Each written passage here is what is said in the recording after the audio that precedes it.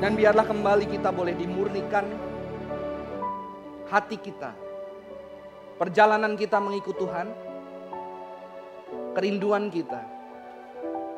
Kelekatan-kelekatan kita. Arah hati kita.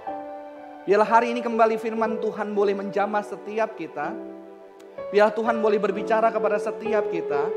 Kembali hati kita dimurnikan oleh kebenaran firman Tuhan. Tuhan, ini kami dengan segala keberadaan kami. Biarlah kami kembali dimurnikan. Biarlah Tuhan menyapa kami pagi hari ini. Kami yang ada di tempat ini atau kami yang ada di rumah kami masing-masing. Biarlah Tuhan boleh menjamah batin hati kami. Firman Tuhan boleh ditaburkan. Berbicara kepada setiap kami. Mengoyak batin kami. Membersihkan batin kami. Menggerakkan batin kami dengan satu kerinduan yang baru Tuhan. Untuk semakin mengerti isi hati Tuhan. Berkati hamba-Mu yang akan menyampaikan dengan segala keterbatasan, biarlah Tuhan sendiri yang menyempurnakan. Kami siap mendengar Tuhan. Di dalam nama Tuhan Yesus kami berdoa. Amin. Jemaat dipersilahkan duduk. Bulan lalu kita merenungkan tentang kematian. Di dalam bulan ini kematian Kristus dan kebangkitan Kristus. Dan kita masih melanjutkan tema itu. Dan hari ini kita akan berbicara secara khusus sebuah tema likeness of his death. Jadi serupa dengan kematian Tuhan, kematian Kristus. Kita akan membaca Alkitab Filipi 3 ayat 10 sampai yang ke-11. Filipi 3 ayat 10 sampai yang ke-11. Saya akan membacakan buat setiap kita. Surat yang ditulis oleh Paulus ketika di dalam penjara, ketika dia menghadapi kemungkinan bahwa dia mati. Surat yang ditulis juga ketika dia mengatakan bagiku hidup adalah Kristus, mati adalah keuntungan. Ini surat yang sama. Dan di Filipi 3 ayat 10 sampai 11, Rasul Paulus mengatakan, yang ku kehendaki ialah mengenal Dia dan kuasa kebangkitannya dan persekutuan di dalam penderitaannya, di mana aku menjadi serupa dengan Dia di dalam kematiannya, supaya akhirnya aku beroleh kebangkitan dari antara orang mati. Jadi Paulus ingin mengingat, ingin mengenal Tuhan dan kuasa kebangkitan Tuhan. Tetapi sebelum di situ Paulus mengatakan, aku ingin bersekutu di dalam penderitaan. Jadi bersekutu di dalam penderitaan, lalu menjadi serupa dengan Tuhan di dalam kematian, baru merasakan yang namanya kuasa kebangkitan. Tetapi kita kerap kali, kita pengen langsung merasakan kuasa kebangkitan. Tetapi ketika seseorang tidak pernah mati, jika Kristus tidak pernah mati dan betul-betul mati, maka kuasa kebangkitan itu akan kehilangan kuasanya, saudara-saudara.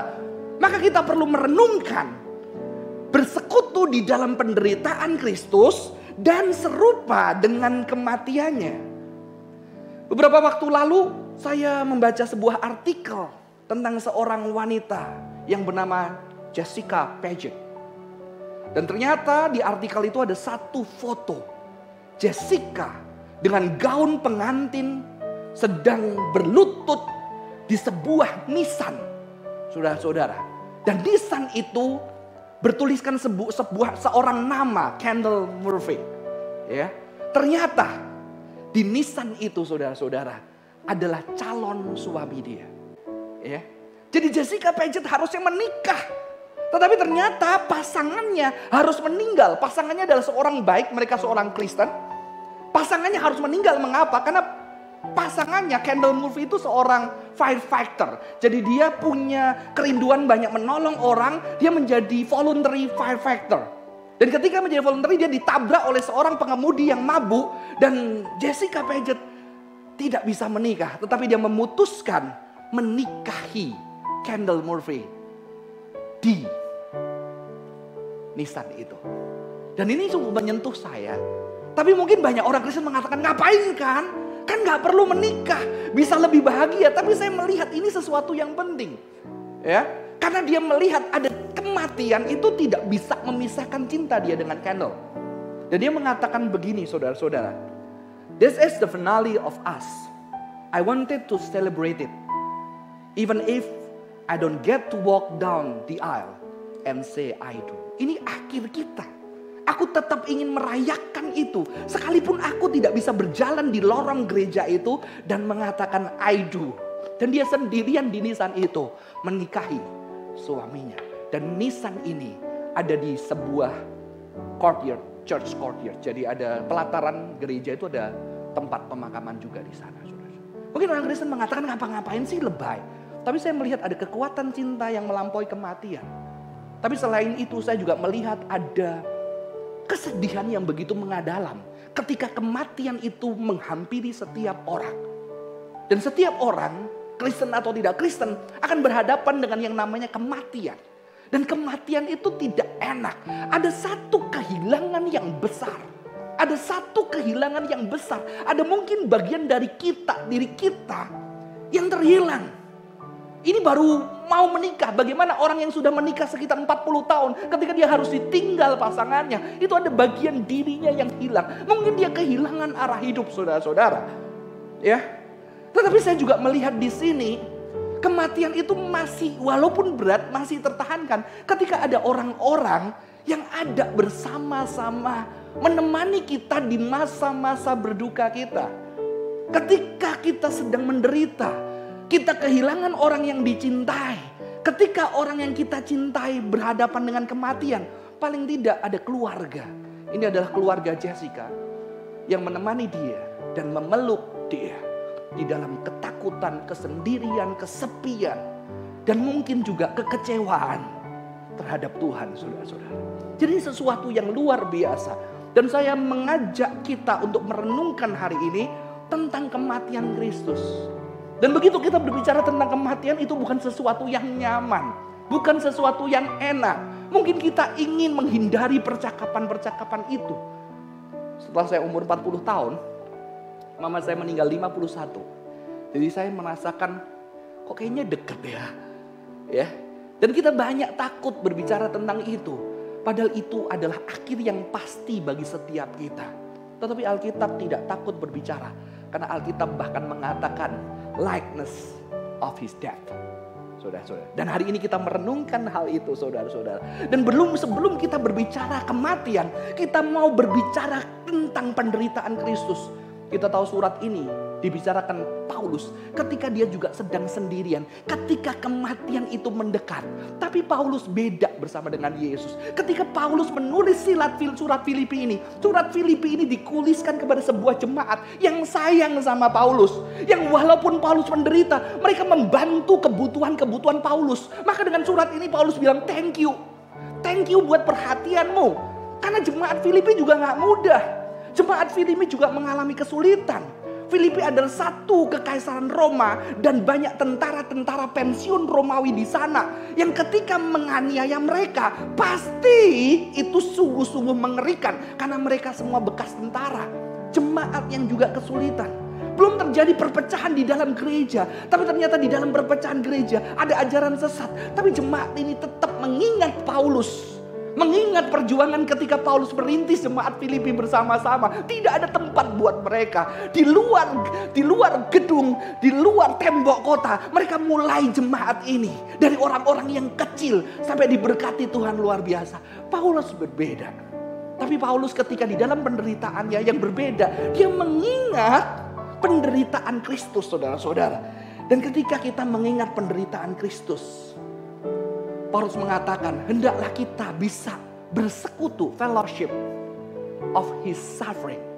Berfellowship dengan penderitaan Kristus. Kalau kita bicara tentang penderitaan Kristus, itu penderitaan yang berbeda dari Paulus. Kenapa? Karena Yesus mengalami friendship betrayal. Pengkhianatan seorang sahabat. Pengkhianatan dengan tanda yang sangat intim, yaitu ciuman. Pengkhianatan yang terjadi di meja makan, yang tidak sembarangan orang bisa makan bersama. Pengkhianatan juga murid yang lain yang mengatakan, kami rela mati dengan engkau, demi engkau, bersama dengan engkau kami semua rela mati. Tapi ternyata Yesus berbeda dengan Paulus. Ketika berbicara tentang penderitaan, Yesus betul-betul sendirian. Dan seluruh kota mempermalukan dia, menghina dia, menelanjangi dia, melukai dia. Dan kalau saudara berbicara tentang kemiskinan, kemiskinan yang paling dalam adalah kemiskinan yang dialami Yesus. Karena bahkan jubah satu-satunya. Jadi kalau di Israel, orang miskin itu orang yang cuma punya satu jubah. Itu miskin. Yesus sudah tidak berjubah. Dia ditelanjangi bulat. Dia ditelanjangi bulat sampai tidak ada apa-apa. Tidak hanya ditelanjangi, dia dilukai, diludai, dihina. Dan dia betul-betul mengalami satu penderitaan yang dalam. Sehingga seorang penulis yang bernama James Martin mengatakan, it may be the loneliest any human being has ever felt. Mengalami satu kesepian yang orang lain di dunia ini gak pernah ngerasain. Gak pernah ngerasain. Dan itulah yang dirasakan oleh Tuhan kita. Dan saya mengajak kita kembali melihat pengalaman ketika Yesus di atas kayu salib. Ketika di atas kayu salib dia mengatakan, berteriak dengan keras, menangis dengan keras, Elohi, Elohi, lama sabachthani. Jadi dia sendirian. Ketika kita sudah tidak ada orang bersama dengan kita, dan kita sendirian, tidak ada teman, tidak ada seorang pun. Paulus masih ada teman. Tapi dia berteriak, Elohi, Elohi, lama sabachthani. Dia berteriak dengan tangisan yang sangat keras. Dan ketika dia berteriak pun, dia berjumpa dengan langit yang diam. Langit yang diam. Yang dikatakan bahwa Allah Bapa memalingkan mukanya terhadap dia. Saudara-saudara, kita tidak bisa merasakan ini. Mengapa? Karena kita tidak pernah bisa menjadi Yesus. Kita tidak pernah bisa menjadi Yesus, saudara-saudara. Saya bayangkan ketika saya dengan anak saya juga mengatakan, nanti kalau papa mati gimana? Sehingga dia sulit menerima surga itu sesuatu yang indah. Nanti kan di surga papa bukan papa saya. Kita kan umurnya sama, Pak. Aduh, awkward banget, Pak. Masa enak sih? Aku pengen papa tetap jadi papaku udah nanti di surga. Anak kecil mengalami satu kedalaman relasi yang deep. Dan ketika dia kehilangan orang tua, pasti ada kehilangan yang sangat dalam, saudara-saudara. Saya sudah tidak ada papa dan mama. Dan saya setiap liburan selalu ada sesuatu yang hilang. Dulu waktu masih muda, kadang-kadang gak telepon mama papanya gitu ya. Udah sibuk sendiri. Tapi ketika mama papa hilang, sekarang pulang itu kayak gak punya rumah. Saya harus pulang kemana? Saya gak bisa pulang. Ada kehilangan yang begitu sangat dalam, saudara-saudara. Ya. Saya cuma bisa menceritakan kepada anak saya, ntar di surga memang papa bukan papa kamu, karena semua itu saudara. Tetapi perasaan yang kamu rasakan yang intim itu akan lebih dalam daripada kamu di dunia bersama dengan papa. Karena kita percaya surga tempat yang sempurna. Dan ketika Tuhan memberikan kita perasaan, kedekatan perasaan itu juga anugerah dari Tuhan. Sehingga ketika nanti Yerusalem baru turun dari surga dan disempurnakan, saya percaya perasaan kita lebih dalam, lebih indah, lebih attached dibandingkan sekarang, saudara-saudara. Ya. Jadi saya lebih memprefer kepada tafsiran yang mengatakan surga itu ada full of feeling, love. Tapi Yesus, saudara-saudara, Yesus beda. Saudara tidak pernah merasa dengan Tuhan satu, tapi Yesus dengan Bapa satu, saudara-saudara. Ya, anak saya dengan saya tidak satu. Yesus dan Bapa satu, dan ketika dia berteriak, maka dia berteriak dengan keras, Elohi, Elohi, lama sabachthani. Itu ada satu keterpisahan yang dalam. Sehingga keterpisahan kita, seperti saya dengan orang tua saya yang begitu memedihkannya, kita dengan orang tua kita, itu benar-benar berbeda. Kenapa? Karena Yesus dan Bapa satu. Sehingga ketika dia terpisah, ada satu perasaan yang pasti sangat menyakitkan dari yang dialami oleh Yesus, saudara-saudara. Maka dikatakan apa? Ketika dia berteriak kepada Tuhan, dia tetap di dalam relasi dengan Tuhan. James Martin kembali mengatakan itu. Dia tetap merindukan relasi itu. Ketika disalib, Allahku, Allahku, mengapa meninggalkan aku? Ini mungkin saya percaya bukan protes, tetapi satu rasa kehilangan ketika sendirian. Ketika sendirian tergantung di sana. Ini adalah satu kesepian yang mendalam. Dan inilah the fellowship of his suffering. Dan saudara tahu, ketika kata dia berteriak, ada satu perubahan yang jelas. Ketika di Getsemani, Yesus masih mengatakan, Abba, Papa, Bapa, jika boleh biarlah cawan ini lalu daripadaku. Tetapi di atas kayu salib, dia menggunakan katakan, Elohe, God. Berbicara apa? Ada distance, ada heartbreaking, ada kehancuran hati, ada distance ketika dia harus berhadapan dengan death. Saudara-saudara, fellowship bersama dengan Kristus adalah fellowship di dalam penderitaan Kristus. Penderitaan Kristus ketika hidup di dunia ini. Sendirian, kehilangan. Dan dia mengasihi dengan penuh, dan kasihnya itu membuat dia kosong, membuat dia kehilangan. Karena kasihnya dia mengosongkan dirinya. Dan kita anak-anak Tuhan dipanggil untuk menderita bersama-sama dengan dia. Bersekutu di dalam penderitaan. Berarti bersekutu di dalam apa? Perasaan keterpisahan. Perasaan kesedihan. Perasaan sebagai orang asing di bumi ini. Perasaan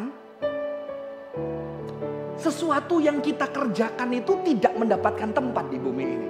Banyak orang menolak apa yang kita kerjakan, saudara-saudara. Itu yang dialami oleh Yesus. Dan itu diakibatkan karena apa? Karena kasih Tuhan kepada kita.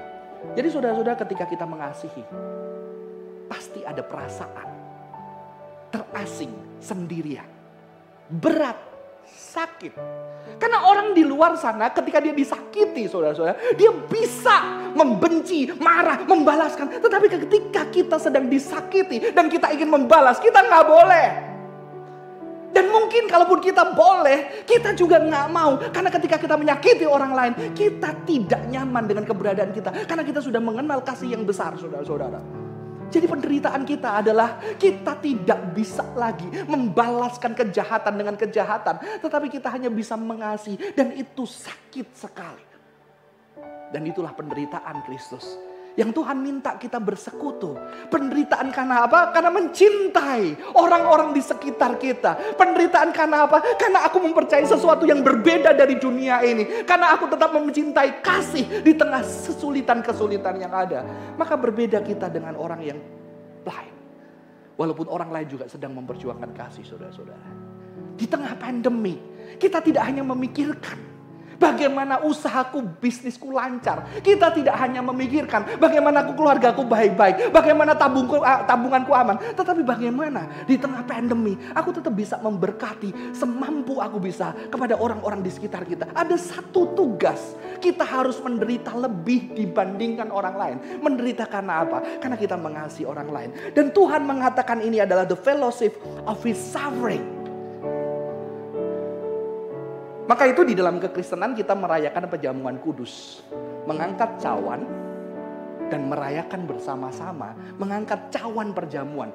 Kalau di dalam pernikahan Chinese, mengangkat cawan itu berbagi apa? Berbagi sukacita, berbagi kebahagiaan, berbagi berkat. Tetapi bagaimana dengan kekristenan? Ketika kekristenan mengangkat cawan itu, dia berbagi sukacita, berkat juga. Tetapi juga ada berbagi penderitaan. Saudara-saudara. Maka Henry Nouwen mengatakan, we need to be angels for each other, to give each other strength and consolation. Because only when we fully realize that the cup of life is not only a cup of sorrow, but also a cup of joy, will we be able to drink it. Jadi ternyata Nouwen mengatakan, maka kita perlu menjadi malaikat buat sesama yang lain, untuk memberikan kekuatan dan penghiburan. Karena kita sadar bahwa kita itu sedang mengangkat cawan, bukan cuma cawan penderitaan, tetapi ada cawan sukacita. Maka Paulus bersukacita walaupun dia menderita. Ini tidak berarti kekristenan orang Kristen tidak boleh kaya, orang Kristen tidak boleh hidupnya nyaman. Tidak. Kenyamanan juga berkat dari Tuhan. Tetapi sukacita kita tidak berhenti hanya kenyamanan itu. Tapi ketika di dalam penderitaan kita punya saudara-saudara seiman yang ada bersama dengan kita, yang mengangkat cawan bersama-sama dengan kita, menangis bersama-sama dengan kita, bersukacita bersama-sama dengan kita. Itulah kekristenan, saudara-saudara. Maka kita merayakan setiap bulannya, mengangkat cawan. Banyak di dalam kekristenan orang-orang yang bercerai. Dan mereka diterima di dalam komunitas Kristen dengan saudara-saudara yang menyayangi dia. Mengasihi dia. Banyak yang gagal, banyak yang hancur. Diterima dan diajak makan bersama. Mengangkat cawan penderitaan dan juga cawan sukacita. Karena apa? Karena tetap ada orang yang ada bersama dengan aku. Penderitaan Yesus berbeda. Dia betul-betul sendirian. Tetapi ketika dia mengatakan, mari berfellowship dengan penderitaanmu. Kamu enggak sendirian, ada aku. Dan Tuhan mengajak Bukan cuma Yesus, tetapi rasul-rasul, semua anak-anak Tuhan mau duduk bersama, menderita bersama-sama, merasakan penderitaan orang lain, saudara-saudara. Ini adalah the fellowship of his suffering. Saya bersyukur ketika mendengar cerita teman majelis di gereja kita. Ketika di dalam melewati pandemi ini, dia bercerita, dia bingung juga bagaimana apa yang terjadi. Tapi suatu hari karyawan-karyawan tempat bisnis dia bisa datang sama dia. Harus segera melakukan perubahan. Dan karyawan-karyawan itu rela dipotong gajinya. Supaya apa? Supaya perusahaan ini bisa bertahan. Dan itu indah sekali saudara-saudara.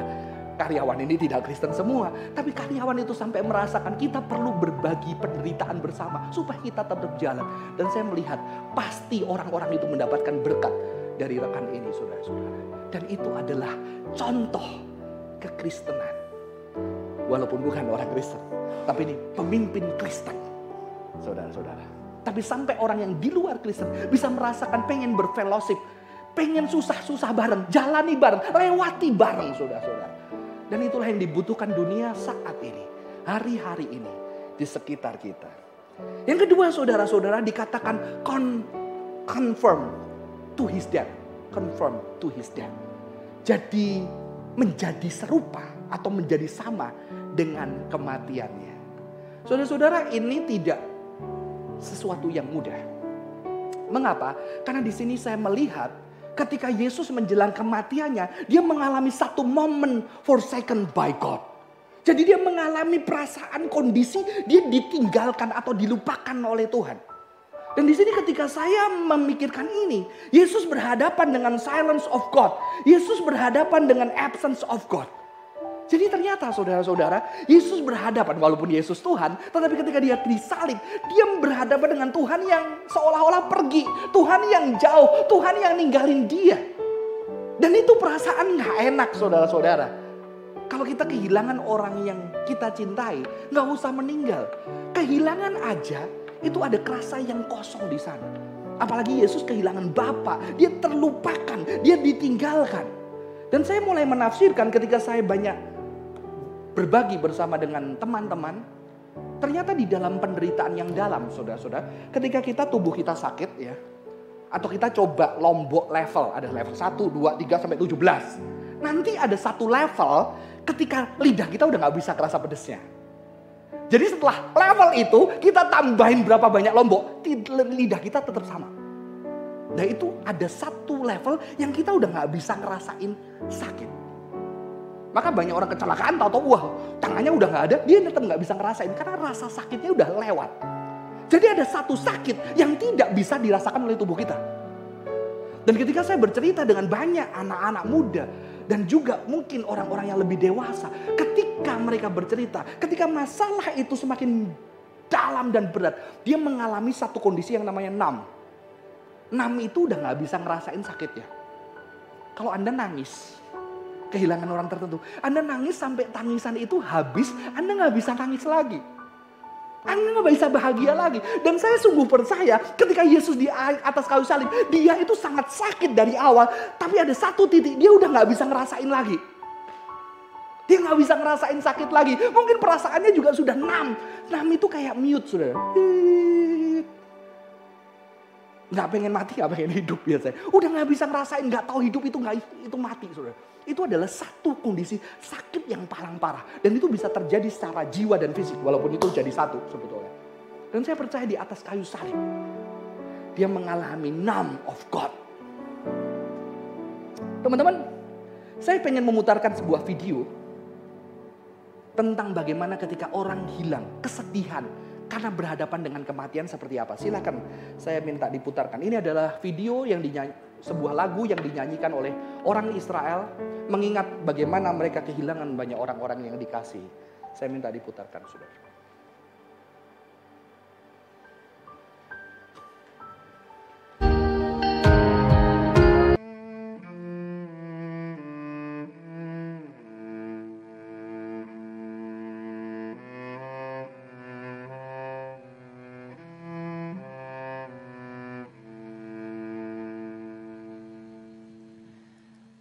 King, hallelujah, me your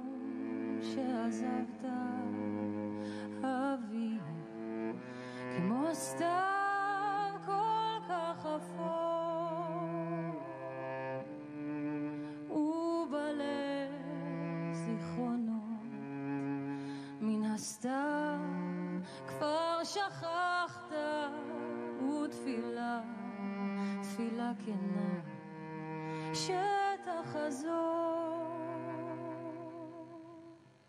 מה שומר וחדרי מיום שעזבת, השעון שעל הקיר ליבו נדע, ובודד בפינה הכיסא שאהבת, בלעדיך העולם כה מיותר. ים של דמעות בשתי עיניי, ליבי זועק שובה אליי, קולי שובר את הדממה. התשמע, התשמע, עוד אשוב ילדתי, אתה כה הבטחת, רק חכי ושלי שערי. עם הזמן רק מכתב יחידי לי שלחת, הדפים דאו מזמן גם שערי. ים של דמעות בשתי עיניי, ליבי זועק שובה אליי, קולי שובר את הדממה. התשמע, התשמע, ים של דמעות בשתי עיניי, ליבי זועק שובה אליי, קולי שובר את הדממה.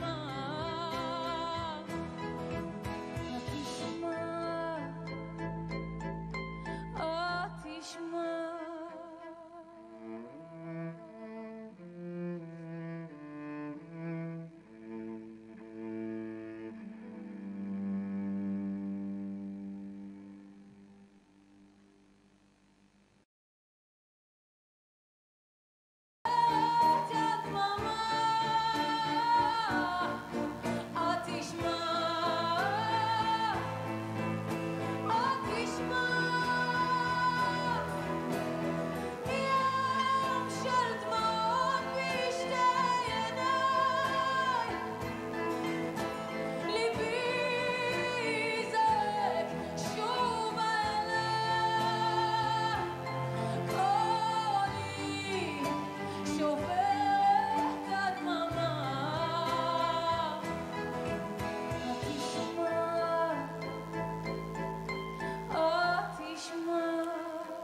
Saudara, ketika seseorang berjumpa dengan kematian, menakutkan sekali. Teriakan-teriakan kita, tangisan kita, ketika kita kehilangan orang yang kita cintai, itu berhenti. Dan kita cuma berjumpa dengan Dia. Dan saya percaya Yesus di dalam cinta yang begitu besar berteriak, Allahku, sentuh aku, jamah aku, tolong aku. Itu ada satu kediaman yang dalam yang Dia jumpai, saudara-saudara. Saya mengutip seorang penulis, saudara-saudara, yang bernama Teresa. Teresa adalah orang hebat, tetapi Teresa berjumpa kematian setiap hari. Ketika dia melayani di negara yang paling miskin, dia berjumpa, dia tolong orang pagi, besok meninggal. Dia cuma kadang-kadang cuma memandikan, besok meninggal. Banyak orang-orang kehilangan kasih dan mati di sekitar dia. Sehingga di masa tuanya sebelum dia meninggal, dia mengatakan seperti ini. She felt a sense of great emptiness in her prayer. Dia merasakan satu kekosongan di dalam doa dia. Dan dia menuliskan ini saudara. In my soul, I feel just that terrible pain of loss. Of God not wanting me. Of God not being God. Of God not really existing. Jadi seorang yang saleh, yang menolong begitu banyak orang. Tapi di akhir hidupnya dia merasakan apa? Dia merasakan Tuhan itu gak pengen aku. Dia merasakan Tuhan itu gak Tuhan. Dia merasakan Tuhan itu gak ada. Jadi tubuhnya udah gak bisa ngerasain Tuhan. Saya percaya disitulah Yesus yang lebih puncak lagi. Tubuhnya itu sudah udah gak bisa kerasa apa. Dia cuma bisa teriak dan akhirnya terdiam dan menyerahkan nyawanya. Soalnya ini spiritualitas level yang lebih dalam. Ternyata banyak ahli-ahli yang sungguh-sungguh dalam di dalam spiritualitas. Mereka mengalami masa-masa yang namanya dark night of the soul. Itu bisa bertahun-tahun mengalami hilang sendirian. Seolah-olah masih otaknya percaya Tuhan. Tapi udah gak bisa ngerasain Tuhan sehari-hari. Tubuhnya udah numb. Kenapa? Melihat kematian-kematian begitu dekat.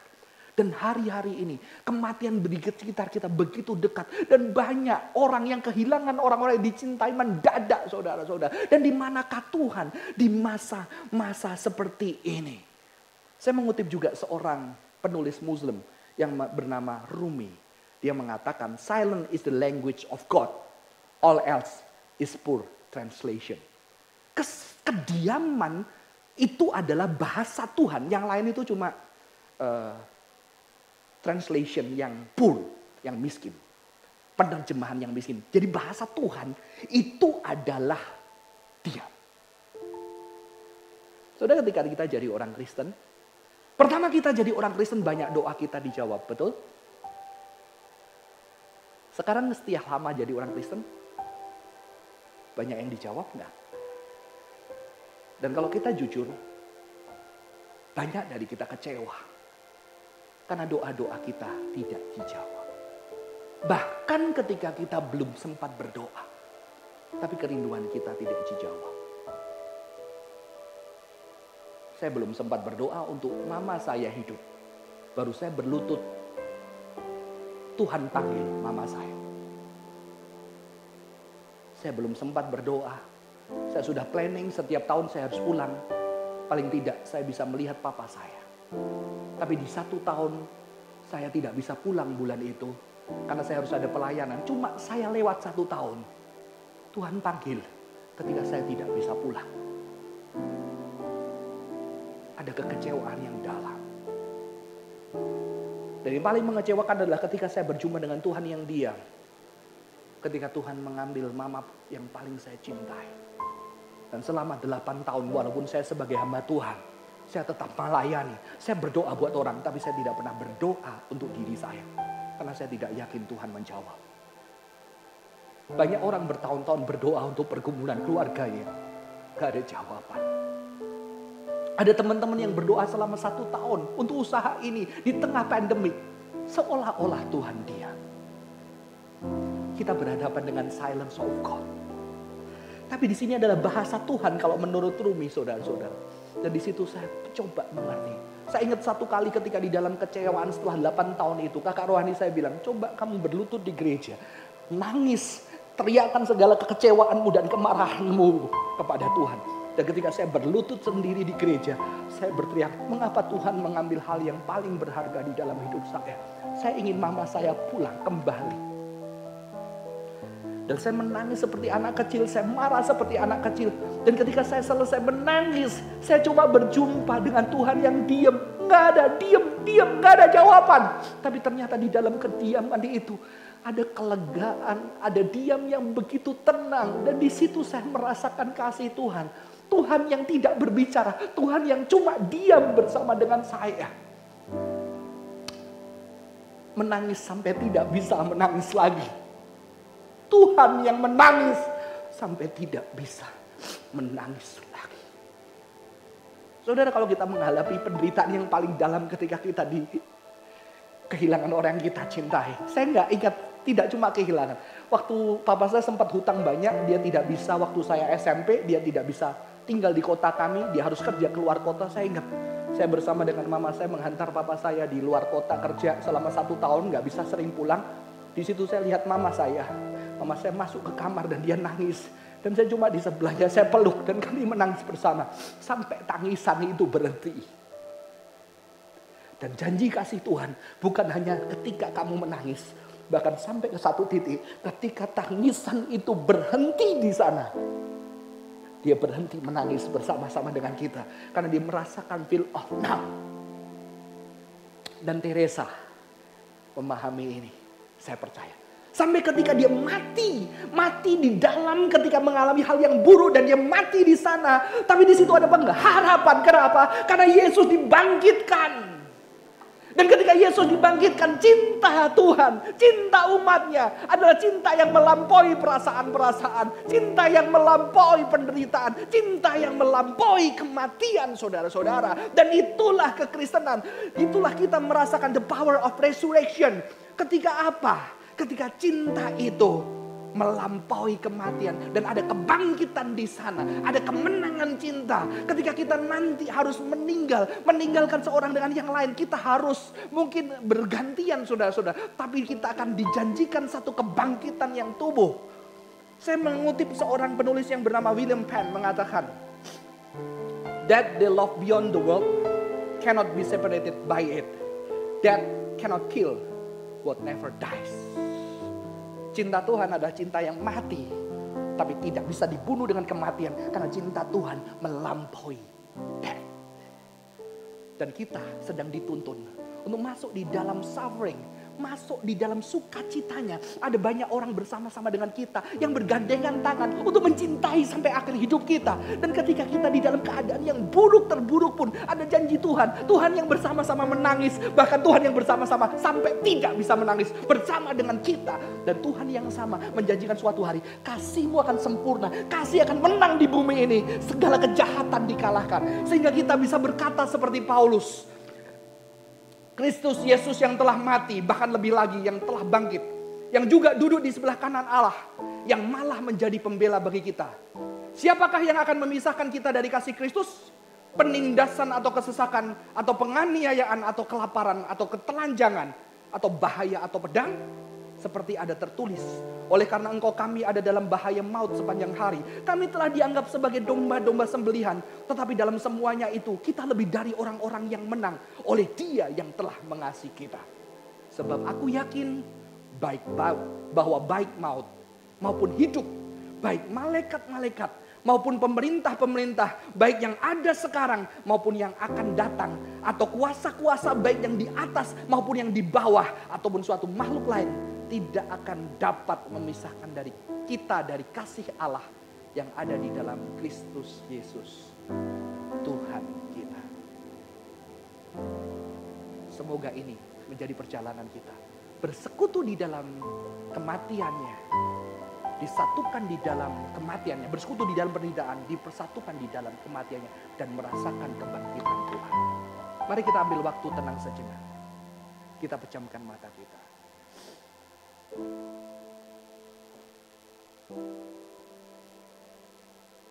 Mari saja kita bangkit berdiri, saudara-saudara.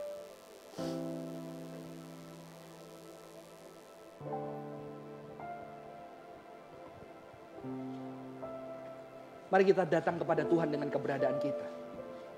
Mari kita minta ampun kalau selama ini tujuan kita, kepikiran kita hanya memikirkan diri kita sendiri. Ketika menghadapi kesulitan kita memikirkan bagaimana keluarga kita lancar, anak-anak kita baik, bisnis kita jalan. Padahal ada panggilan untuk menderita bersama dengan Kristus. Menderita apa? Karena mengasihi. Kita tidak hanya memikirkan diri kita. Tuhan berjanji memberkati kita, ya. Tapi Tuhan juga mau kita mengasihi orang-orang di sekitar kita. Tuhan mau kita berfellowship dengan penderitaan Kristus. Sehingga orang di sekitar kita yang menderita merasa kehadiran kita bersama dengan mereka. Kita yang menangis bersama dengan mereka. Sehingga mereka di dalam penderitaannya tetap merasakan apa itu cinta dari orang-orang yang percaya kepada Yesus. Seperti Yesus mencintai kita. Dan di dalam segala kekecewaan kita masa lalu. Kekecewaan ketika Tuhan pernah tidak menjawab doa-doa kita. Kita mungkin merasa tidak diperdulikan. Kita merasa Tuhan tidak care. Kita merasa Tuhan lebih sayang orang lain daripada kita. Mari kita datang dengan kita. Janji Tuhan, Dia tidak hanya mau menangis bersama dengan Engkau. Dia mau menangis sampai ketika tangisan itu berhenti. Ketika tangisan itu tidak bisa keluar dari air mata kita. Dia mau menangis bersama-sama dengan kita. Sehingga apapun yang terjadi, kalaupun kita mati hari itu, ada janji kebangkitan. Ada kasih yang sempurna yang dijanjikan di Yerusalem baru bersama dengan kita. Mari kita datang kepada Tuhan. Dan kita berdoa. Tuhan, ini kami. Ampuni segala keterbatasan kami mengenal kasih Tuhan. Ampuni segala kesulitan kami mengenal kasih Tuhan dan kepedulian Tuhan. Ampuni kami juga kalau kami juga sempat kecewa dan merasa Tuhan tidak peduli kami. Ternyata Tuhan tidak hanya tidak peduli kami, Tuhan bahkan mau mengajak kami untuk memperdulikan dunia ini. Tuhan mau mengajak kami semua bersama-sama menjadi seperti Kristus, memperdulikan orang-orang yang menderita. Sekalipun kami juga masih di dalam penderitaan, sehingga kami paling tidak tahu ada orang-orang yang mengasihi kami. Dan ada orang-orang yang tetap kami bisa kasih di tengah kesulitan kami. Berkati teman-teman, berkati saudara-saudara di dalam pergumulan dan tangisan mereka masing-masing. Biarlah kuasa kebangkitan Kristus, persekutuan bersama dengan penderitaan Kristus, dan juga keserupaan dengan kematian Kristus bisa menjadi panggilan kami ketika hidup di dunia ini. Terima kasih Tuhan. Ampuni dosa kami. Kami percaya Allah yang penuh dengan rahmat di dalam Yesus Kristus sudah mengampuni kami. Dalam nama Tuhan Yesus kami berdoa. Amin.